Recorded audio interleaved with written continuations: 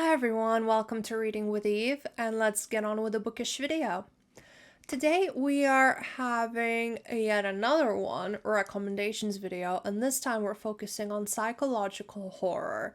And all of the books that I'm going to mention, they can easily fall under at least two other horror subgenres.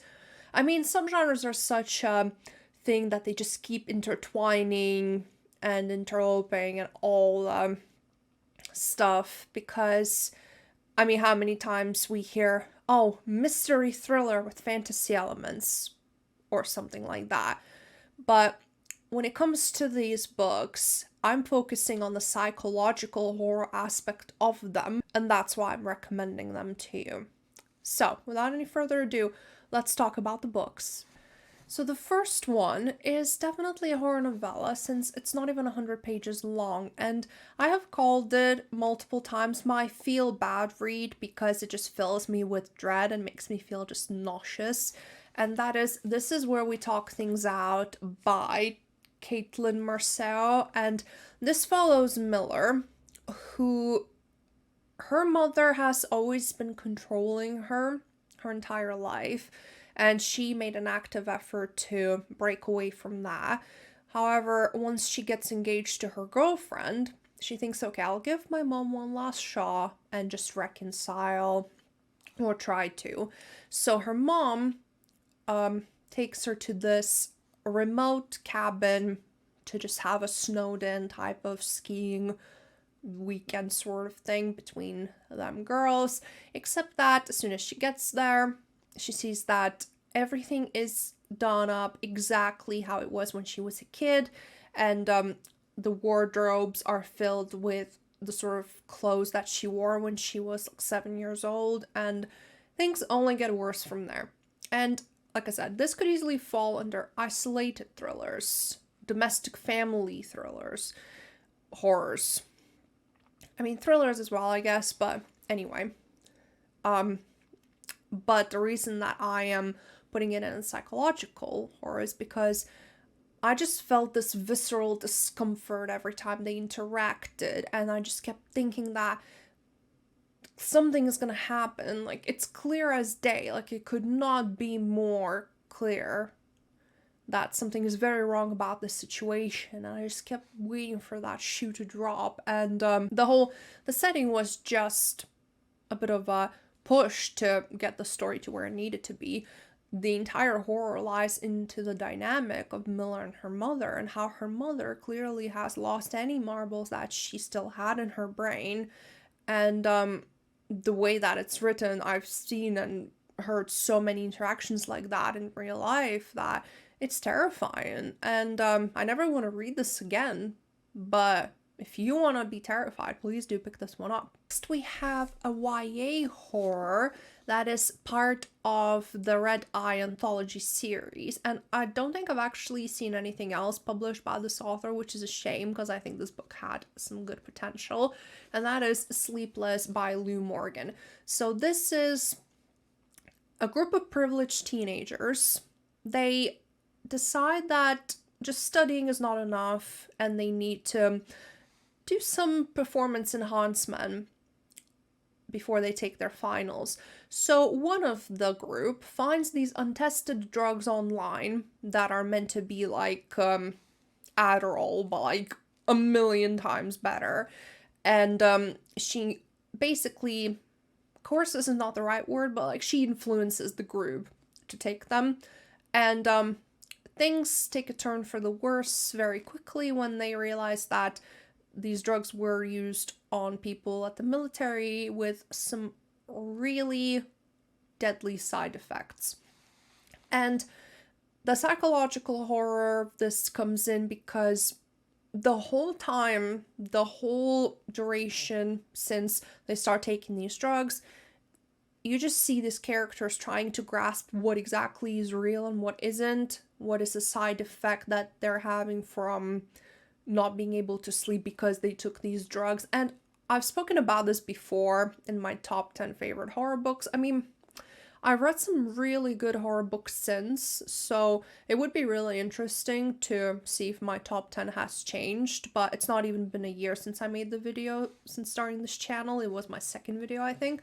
So I think I'm definitely gonna wait minimum till not next summer, this summer, if not beginning of next year, just to give it a bit more time for opinions to settle. But anyway, we're just meant to question throughout the whole story what is real and what is not, what sort of tricks their mind is playing on them. And I think that is terrifying in the sense that if you can't trust your own mind, then there's nothing you can trust, let alone, I mean, other people. It's out of the question. So I thought that that was executed really well.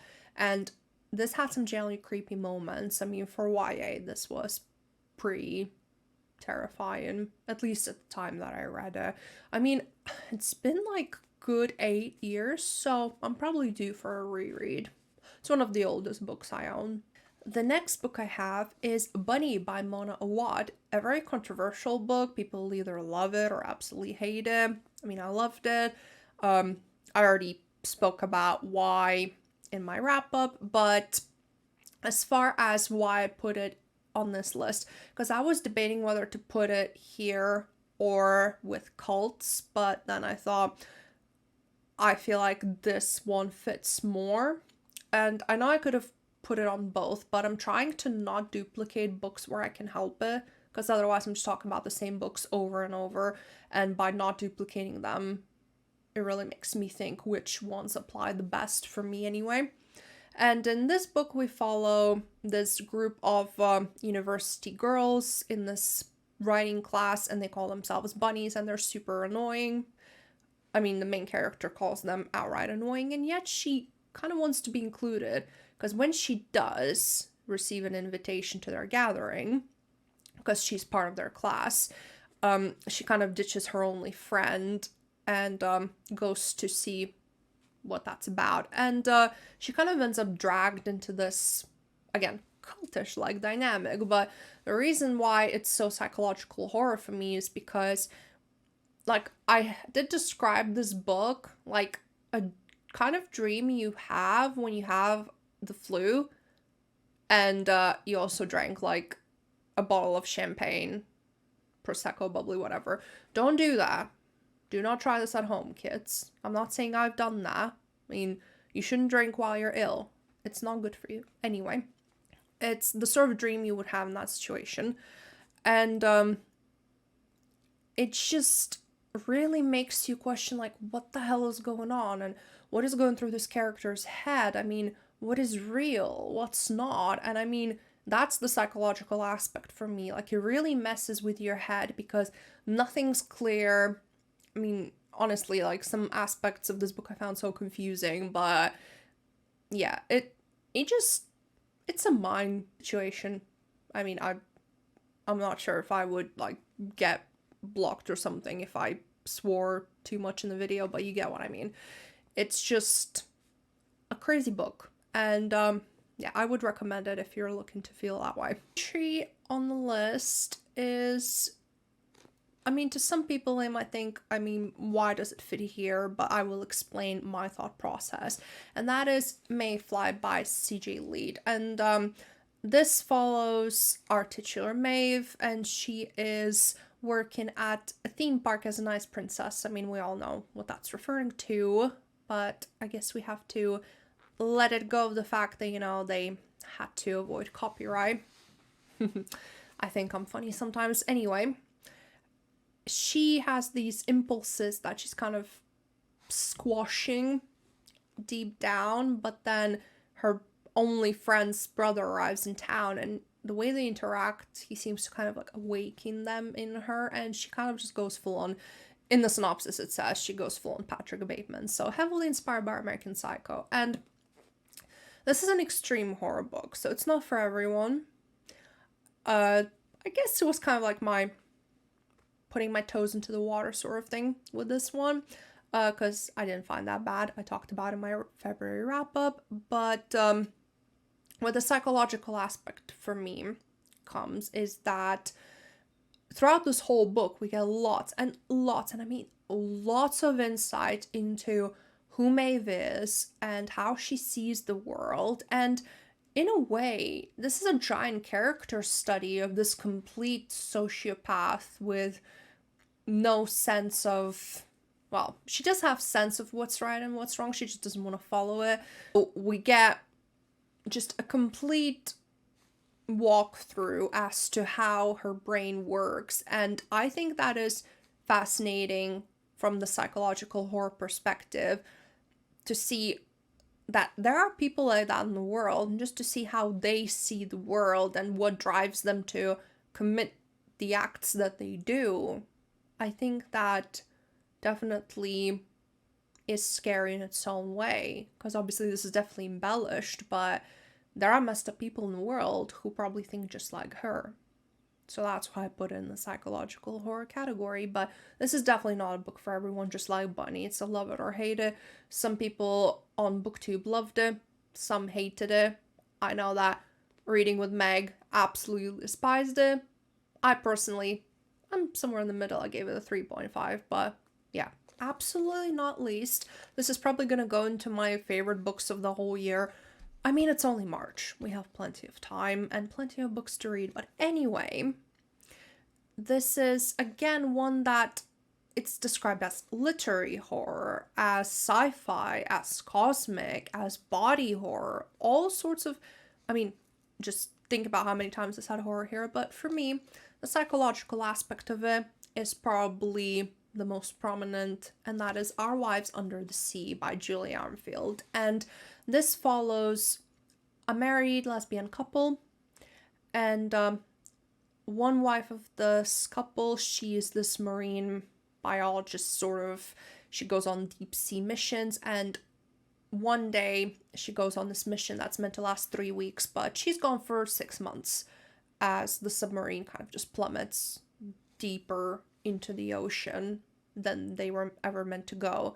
And she comes back, but there's something not quite right with her. And basically this book is interpreted in so many different ways, and I think all of those interpretations are completely valid. I already spoke my general opinion about it in my Feb wrap up, but where the psychological aspect comes in, again, this is a slow building, dreadful type of horror, nothing too in your face, although it definitely has creepy moments. But this is about grief and what to do after you've already grieved, but then you're presented with this person you grieved for again, and what do you do then, especially when you realize that it's actually not the same person that you loved and grieved for, but you still don't want to let go. I just think it's such an interesting look into how one's psyche deals with that, and